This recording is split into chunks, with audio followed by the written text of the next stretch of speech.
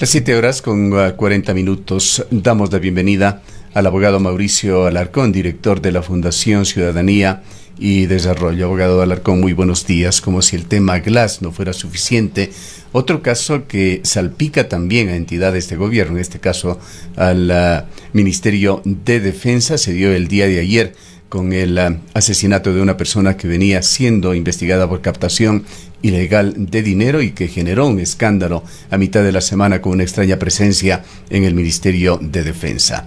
En medio de toda esta situación, cuando muchos dedos apuntan hacia el gobierno por los problemas que se generan en el país y los mencionados en particular, el gobierno continúa aparentemente con la idea de ir a una consulta popular. Quisiéramos conocer su punto de vista, su análisis coyuntural sobre la situación del país. Buen día, Gustavo, buen día, Rosana, y un saludo a nuestra audiencia a través de la señal de Antena 1. La coyuntura hace que los ecuatorianos continúen perdiendo credibilidad y confianza en sus autoridades y en sus instituciones. A lo largo de los últimos años de periodo democrático se han producido varios referendos y consultas populares. Lamentablemente, varios de ellos han sido simplemente una encuesta para medir la popularidad del gobierno de turno. Pasó en los años 80 con León Febres Cordero y una iniciativa positiva, la de permitir la participación de independientes en procesos electorales. Pasó en los 90 con Sixto Durán Badén, una consulta popular con muchos temas que hoy son parte de la Constitución, pero que obtuvo un revés después de lo sucedido con Alberto Dajic. Y cuidado, temas que son de preocupación de los ecuatorianos, que son prioritarios para solucionar la cuestión política o la situación de gobernabilidad, terminan convirtiéndose simplemente en un canal para expresar la inconformidad o el rechazo con el gobierno frente a su inacción en temas como los que han mencionado en la parte introductoria. Hay que tener mucho cuidado, hay que estar pendientes de lo que pueda proponer el gobierno nacional y, por supuesto, como ya sabemos, de la acción de la Corte Constitucional, que en el caso eventual de una consulta o un referendo tiene que emitir un dictamen previo, no solo analizando la constitucionalidad de las preguntas, sino también si el camino por el que se opta, el de preguntarle a la ciudadanía, es el correcto de acuerdo con los candados institucionales. ¿Qué es lo que se consultaría? ¿Tiene usted idea de cuáles podrían ser las propuestas del gobierno en caso de ir adelante con esta iniciativa que ha señalado? ¿Será tratada a más tardar el próximo mes por la Corte Constitucional? Varios temas han salido a la luz, pero creo que no todos ellos. Incluso la organización que dirijo fue en su momento invitada al Palacio de Carondelet para discutir sobre algunos temas de la eventual consulta popular. Sin embargo, no se ha conocido, no ha trascendido una versión final o una propuesta final por parte del Ejecutivo. Se ha hablado de temas relativos a la justicia, a lo que podría ser una transformación del Consejo de la Judicatura o lo que podría ser algún tema vinculado a integridad, transparencia y justicia. Se ha hablado también de temas relativos a los procesos de designación de autoridades a través del Consejo de Participación Ciudadana y Control Social.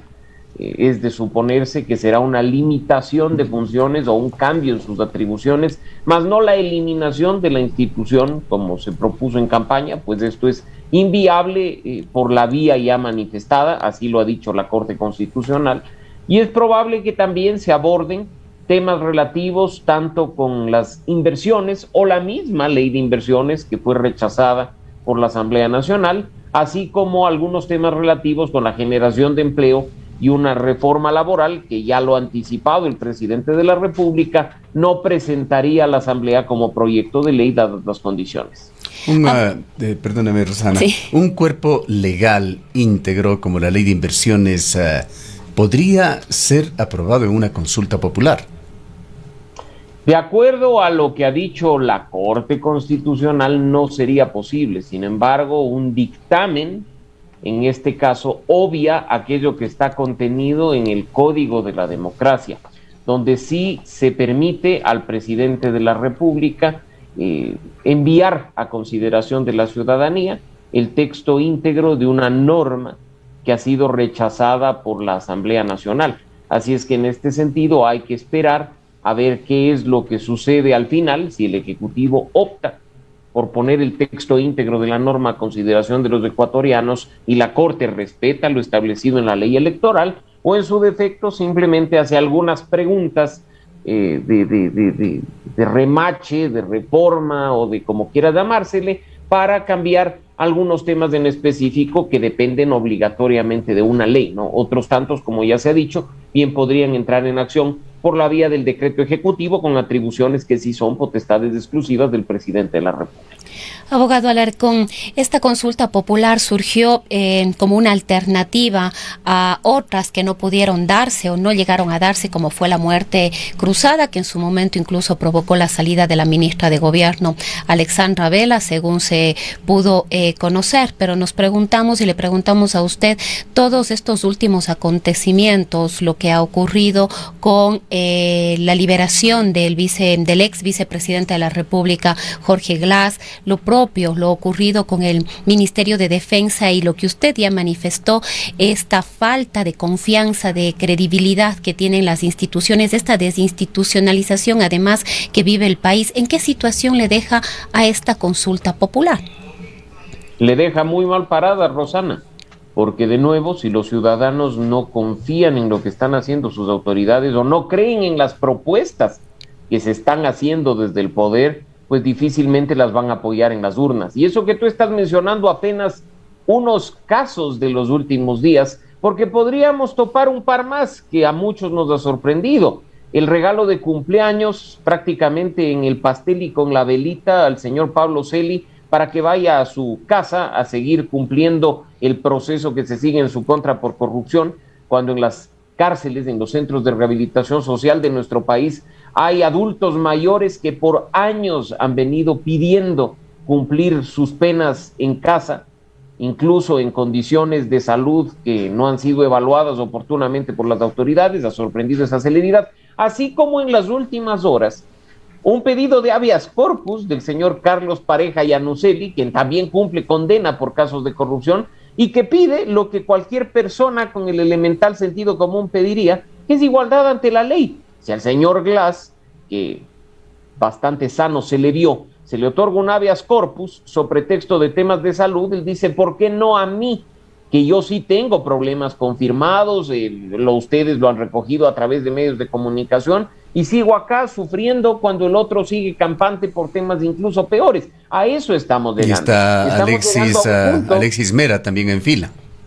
Bueno, Alexis Mera en fila, como tú lo has dicho, Gustavo, con un recurso de revisión que va a ser conocido por la Corte Nacional de Justicia, en el que se busca no solo un cambio en su pena, sino incluso que se le exima de pagar la retribución económica a los ecuatorianos por estar involucrado en el caso Sobornos. Así es que este tipo de hechos atentan contra la democracia, contra el Estado de Derecho, contra aquellos ecuatorianos que creemos que hay que respetar la ley, que hay que hacer justicia, que hay que luchar contra la corrupción y hay que vencer la impunidad.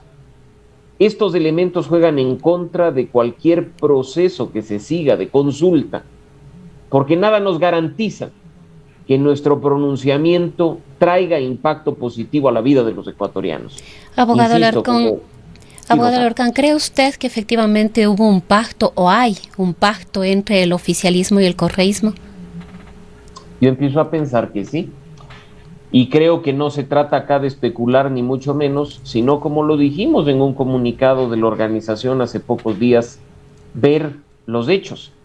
Se nos dijo inicialmente que pues el tema de Jorge Glass los había tomado por sorpresa, que no habían tenido ni capacidad de reacción. Se filtra el acta de la audiencia y resulta que 3 funcionarios de gobierno estuvieron ahí y no objetaron ni dijeron una palabra ante un proceso claramente viciado, contrario a la Constitución y a la ley. Después se nos dijo que que se perseguiría hasta las últimas consecuencias afuera de su domicilio a Jorge Glass para impedir que se fugue y que se escape, porque hay arresto domiciliario. No hay arresto domiciliario. Tiene simplemente una medida de presentación periódica, y en la Asamblea Nacional el ministro de Gobierno dice que pues ya no hay que seguirlo ni perseguirlo, sino estar atentos nada más, que se sabe dónde está, que hay que tener cuidado. Y finalmente invitan a los medios de comunicación al Palacio a hablar con muchos líderes de opinión y editores de medios, y se nos habla de que es necesario cerrar fracturas con el pasado. Y por supuesto que hay que poner fin a la polarización y a las fracturas del pasado, pero no a costa de la impunidad en actos de corrupción que han afectado a los ecuatorianos, porque nos han metido durante años la mano al bolsillo para robarnos recursos que nos pertenecen. Abogado Alarcón, ¿qué cree usted que va a pasar con la presidenta de la Asamblea Nacional, Guadalupe Llori? El día de ayer, una nueva jugada en la Asamblea permitió que, o va a permitir que estas observaciones, el veto del presidente a la ley del aborto por violación, entre nuevamente por el Ministerio de la Ley. Otro proyecto más que pasaría bajo estas mismas circunstancias, entraría por el Ministerio de la Ley. Se suspendió la sesión el día de ayer. Buen feriado fue lo que dijo la presidenta Guadalupe Llori, y esto va a permitir, el plazo concluía, si no me equivoco, el día de hoy, para conocer y pronunciarse sobre esta propuesta de ley también, y sobre todo sobre el veto del presidente. Lo actuado por la señora Llori es vergonzoso e impresentable. No solo que viola la Constitución y la ley, sino que está utilizando recursos públicos en beneficio propio, lo cual es un delito tipificado en nuestro Código Orgánico Integral Penal. La señora no puede utilizar al coordinador jurídico de la Asamblea como abogado particular. La señora no puede violar el procedimiento y los trámites legislativos para tratar de congraciarse con el gobierno y sostenerse unas semanas más. Lo que está haciendo con los ecuatorianos ya no es solo una burla, sino una afrenta. Y no se trata acá de estar o no de acuerdo con que se despenalice el aborto en casos de violación o que se regule el tema conforme lo dice la Corte Constitucional. El día de ayer se presentaron 2 mociones conforme a lo que dice la normativa vigente. Una, para allanarse al veto del Ejecutivo, otra para ratificarse en el contenido original de la Asamblea Nacional. En el un caso se necesita una votación, en el otro caso un número mayor de apoyo por parte de los legisladores. Se mociona la primera, no se obtiene la votación suficiente y pues la señora suspende la sesión, clausura la sesión, desea buen feriado y se va. Ese tipo de cuestiones no le sientan bien a la democracia, y ese es nuestro órgano de representación por excelencia, una Asamblea Nacional que dice representarnos, pero que se burla en nuestra cara de lo que los ecuatorianos queremos que al menos se discuta. ¿Qué implicaciones, por otra parte, genera para el gobierno, para el Estado ecuatoriano, este asesinato tan comentado de el día de ayer de este ciudadano Miguel Ángel Nazareno, que estaba siendo investigado por una aparente extraña relación con elementos de las Fuerzas Armadas? El tema no es especulación, el propio Ministerio de Defensa ha señalado que investiga el caso y ha reconocido que ese episodio, esa incursión de este ciudadano días previos a su asesinato en el Ministerio de Defensa se le dio con apoyo de los militares encargados de la seguridad del complejo. Y se tendrán nombres y apellidos de los responsables, Gustavo, y si es que no se sanciona ese tipo de acciones, estaremos frente a más de lo mismo. En un medio de comunicación acá en la ciudad de Quito vimos una reacción desmedida, desproporcionada del ministro de Defensa, retando al periodista, diciéndole: usted no puede hacerme ese tipo de preguntas, usted me está faltando al honor. Los ecuatorianos lo que queremos son respuestas. Los ecuatorianos queremos saber cómo es posible que una persona que estaba siendo investigada por el presunto cometimiento de un delito de captación ilegal de dinero se pasea como dueño de casa en el Ministerio de Defensa, en un recinto que para quienes vivimos en Quito es inaccesible, en un recinto que se supone tiene extremas medidas de seguridad, y no solo que ingresa, sino que se escapa. ¿Qué intereses hay detrás? ¿O es que acaso estamos frente a una situación similar a la que, como ustedes recuerdan, décadas atrás se vivió con el notario Cabrera, donde los únicos que lograron recuperar sus recursos económicos fueron los miembros de los militares, y el resto de ecuatorianos pues perdieron todo lo que habían confiado a este tipo de negocio? Una vez más se repite la historia, y así como sucedió en su momento con el tema del notario Cabrera, pues hoy estamos frente a una casi segura impunidad porque aparece el principal responsable con signos de tortura, asesinado, y las autoridades pues sí investigarán, pero hemos llegado incluso al sinsentido de que en las últimas horas una institución hablaba de captura de presuntos sospechosos y la fiscalía minutos más tarde lo desmiente y dice no hay nada. Así se burlan de nosotros. Esa es la debilidad institucional, esa es la forma en la que actúan nuestras autoridades. Si es que no empezamos a involucrarnos nosotros de manera directa y hacernos sentir frente a esas autoridades incompetentes y poco aptas para el ejercicio de su cargo, que aquí los mandantes somos nosotros, van a seguir riéndose en nuestra cara. Volviendo al tema de la posible consulta popular que realizaría el gobierno en no más de unos 5 o 6 meses, esa es la aspiración por lo menos, ¿qué se trataría justamente sobre institucionalidad, sobre reforma política, que es otra de las áreas en las que se ha dicho habría una consulta, así como en seguridad ciudadana? Los ecuatorianos creo que en estos temas tan sensibles, Gustavo, no necesitamos preguntas, necesitamos acciones concretas. Creer que los problemas se solucionan por una ley es lo que se ha venido pensando desde hace décadas y el resultado sigue siendo el mismo. Se nos decía que hacía falta una norma para tal cosa y el problema sigue ahí. Se nos decía que para la seguridad necesitábamos un código, sigue ahí. Se nos decía que pues para las... Por favor, las leyes no han llegado, ni llegarán, ni llegan para solucionar los problemas de la gente, ni como una varita mágica para devolvernos seguridad, empleo, confianza. Son apenas herramientas o mecanismos que sin acciones concretas de las autoridades no sirven para nada. Nos dicen y nos dijeron hace muy pocos días en el encuentro con los medios de comunicación en Palacio que ha transcurrido muy poco tiempo para poder hacer algo frente a lo que ha sido más de una década de desmantelar. Muy poco tiempo, 1 año, Gustavo, 1 año de 4. Ya ha pasado el 25% del tiempo para el cual elegimos al señor Guillermo Lasso, quien en campaña nos dijo que en 100 minutos iba a solucionar los problemas de la gente, iba a reinstitucionalizar el país, sabía qué hacer y cómo hacerlo. Y ahora resulta que 1 año es poco tiempo.